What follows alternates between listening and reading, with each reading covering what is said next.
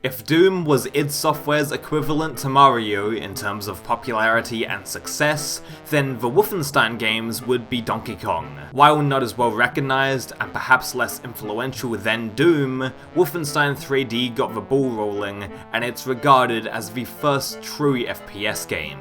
Yes, you had Battlezone and Catacombs 3D, which were shooting games that you played from a first-person perspective, but come on.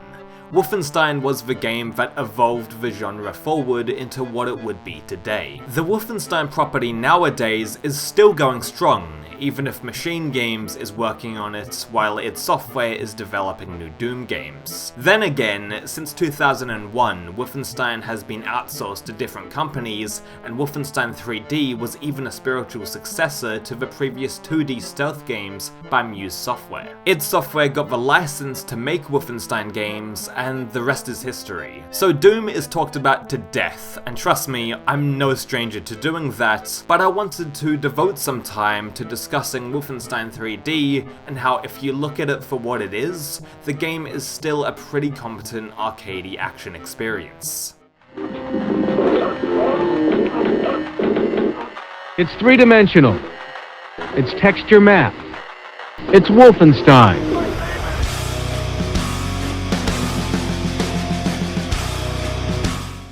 Wolfenstein 3D includes 6 episodes to play from, and even though there was initially 3 and the Nocturnal Missions came a little later, basically every version of the game since has all 6 episodes. Episode 1 is probably the most fun out of the lot, and also the most iconic, with remixes of E1M1 and E1M8 even being thrown in to Doom 2 as secret levels.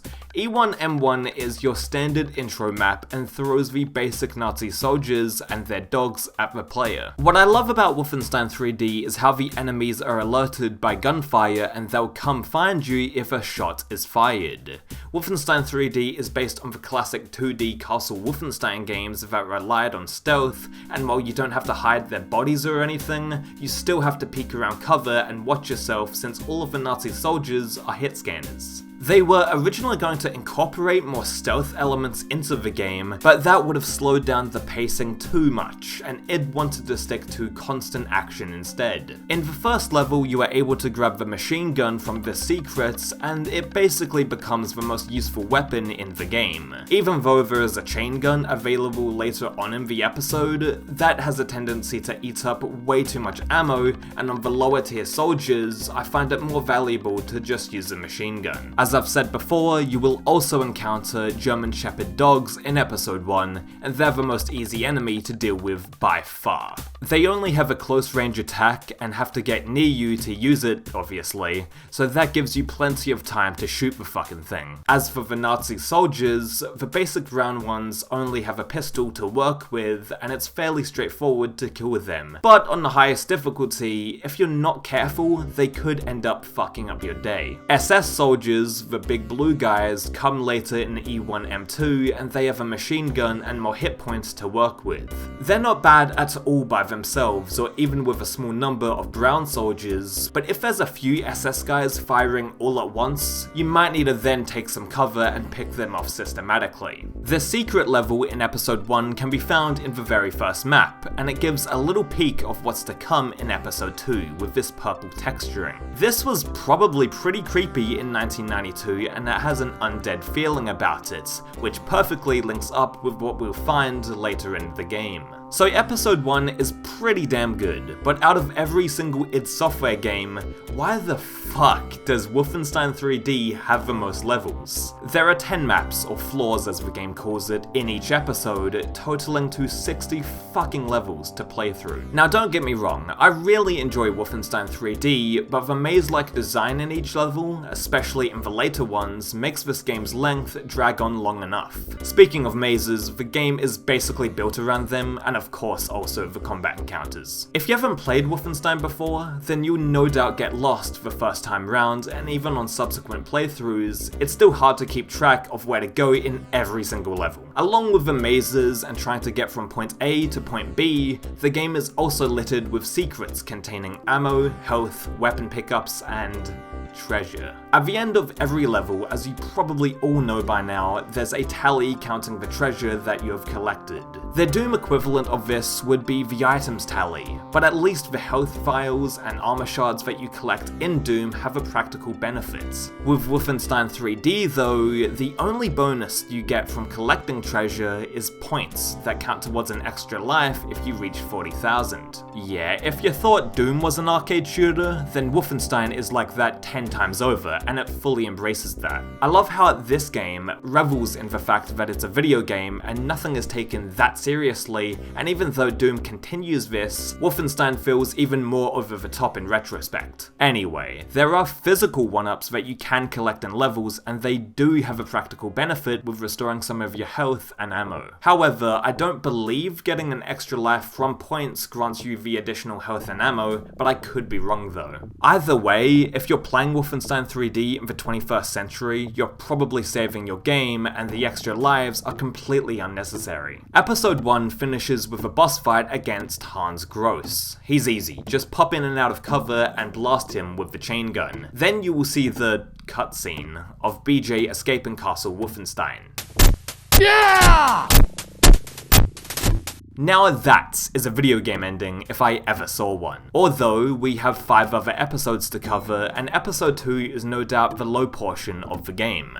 This second episode introduces the zombie enemy, and they are just a pain in the ass. They simply shoot you on sight, and they are the cheapest enemy in the game, and that says a lot considering that all of them are fucking hit scanners. On casual playthroughs, I usually skip episode 2, and I think it's the weakest out of the original trilogy. Episode 3 features the officers, and they do provide some more challenge to the game, but it doesn't feel overly unfair. But the episode goes overboard with more elaborate mazes. That being said, episode 2 has the infamous Oddworth Maze where you were supposed to go through, find this little sign, and then call Apogee. This entire thing was initially a part of a contest, but since game hackers exist, they could easily find the sign using map editors and such. I believe a few versions of the game removed this sign, but then it was later added back in for some reason. I don't know. I don't really believe in altering the original game, but I can see why they would remove something like that since it doesn't really have any relevance anymore. The contest never happened. However, I doubt any person that would wind up going through the maze and finding the sign nowadays wouldn't be aware of its history. Like, I don't think anybody would legitimately access this and not know what it is. Even though the Oddworth Maze is confusing and totally not worth spending your time on, episode 3 also has the annoying mazes, as I've said, and E3 M7 is the main culprit of this. Going through this huge maze in E3 M7 and getting to the secret exit, which I've got to say is very annoying, unlocks the PacMan Ghost level, one of the many novelties in Wolfenstein 3D. Like I was saying before, Wolfenstein 3D is a video game and doesn't pretend that it's anything but pure entertainment. I mean, in episode 3 you battle Hitler, who's in a mech suit, and you absolutely annihilate him. There's even a death cam when you kill him, and that's so awesome to see.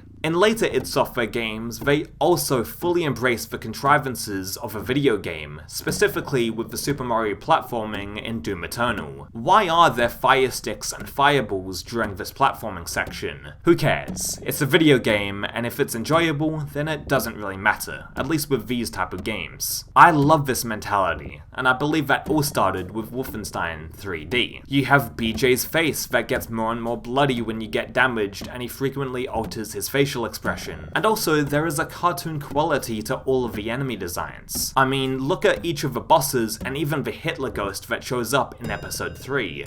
This is so over the top and just fun, and that's the biggest strength of Wolfenstein 3D that makes me enjoy it all of these years later still. The game is also very colourful, which helps, and the only downside of the texture work is the flat coloured skybox. It's extremely generic compared to all of the other textures in the game, and it kinda dampens the overall aesthetic. Oh well, at least Doom had skyboxes and basically improved on every aspect of Wolfenstein. Even though it isn't the most complex first-person shooter, Wolfenstein got the ball rolling, and every FPS game that came after owes it a ton. Episodes 4, 5, and 6 are the Nocturnal Missions, and they're a fine collection of levels. They do present a decent challenge, and if you find the original trilogy too easy on the highest difficulty, then try out the Nocturnal Missions. I don't have too much to say about them because they kinda blend in with the original 3 episodes to me, and that's what I'm trying to say. Wolfenstein 3D has too many levels in my opinion. Why didn't Doom have 60 maps? I mean, it would make sense considering that there would be a lot more textures and engine improvements to work with, but that's either here nor there. The final boss of the Nocturnal Missions is this guy, and I've gotta say, he's much less satisfying to kill compared to Adolf fucking Hitler. Apparently this is the concept art for him that I shamelessly got from the Wolfenstein wiki, and he looks like a fucking Flintstones character. However, when you beat this guy, that is the end of Wolfenstein 3D, and it's certainly an interesting game for sure. While the combat elements hold up in my opinion, even though they're a little dated obviously, this game was made in 1992, I do still get rather tired of the constant mazes that the game throws at you. I know there are maze-like qualities in Doom and other 90s FPS games, but they are so much more interesting to explore due to the updated engine, with many more ways to engage the player using switches, stairs, teleporters, etc. Even John Romero has said that the worst part about designing Wolfenstein 3D was actually making the levels. That being said, I still quite like Wolfenstein 3D despite its age and somewhat frustrating boxy level design, and that's mostly due to the game's personality. The death cam, the PacMan Maze, BJ's expressive face, the fact that all of the bosses die in this gory cartoon way, and the fact that it takes itself much less seriously than something like Medal of Honor. I would much rather play something like Wolfenstein 3D than a standard military shooter, and that's because of its charm. It's not trying to tell an elaborate war story, it's not trying to be a slow-paced stealth game, it's just Wolfenstein, and by extension, Doom is just Doom, Quake is just Quake, and Duke Nukem is just Duke Nukem. Most of these 90s shooters have charisma, and while it's weird saying that about a fucking video game no less, I still find the statement to be true. I think a huge part of why games like Wolfenstein and other 90s shooters have so much personality is because you know exactly where the developers' heads were at when making them. You know that id Software was listening to Pantera and Iron Maiden and watching Aliens when designing Doom. You know that 3D Realms was spouting off action hero one-liners in The Office and watching a bit too much of They Live and Evil Dead when designing Duke Nukem. With Wolfenstein 3D, you know that id were looking at old war movies like The Guns of Navarone for inspiration.